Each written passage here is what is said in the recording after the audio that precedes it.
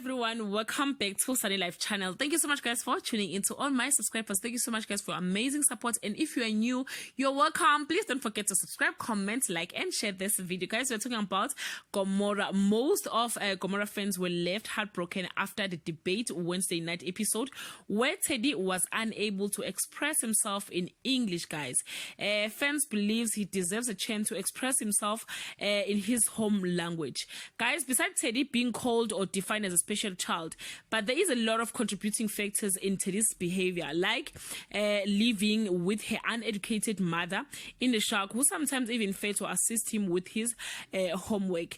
Although he is not getting enough support from home, but he have the best friend in his life, Buhle and Tokozo, who are doing their best to assist him to gain confidence. And on the other side, Langa and the rest of the class has turned him into a laughing stock. But guys, the good news is that Ntokozo will lose the debate to Teddy, and that will happen on the 14th of August 2020. So that will be the good news for Teddy's fans. Please comment down below guys and share your thoughts guys. Till we meet again, I love you so much guys. Bye.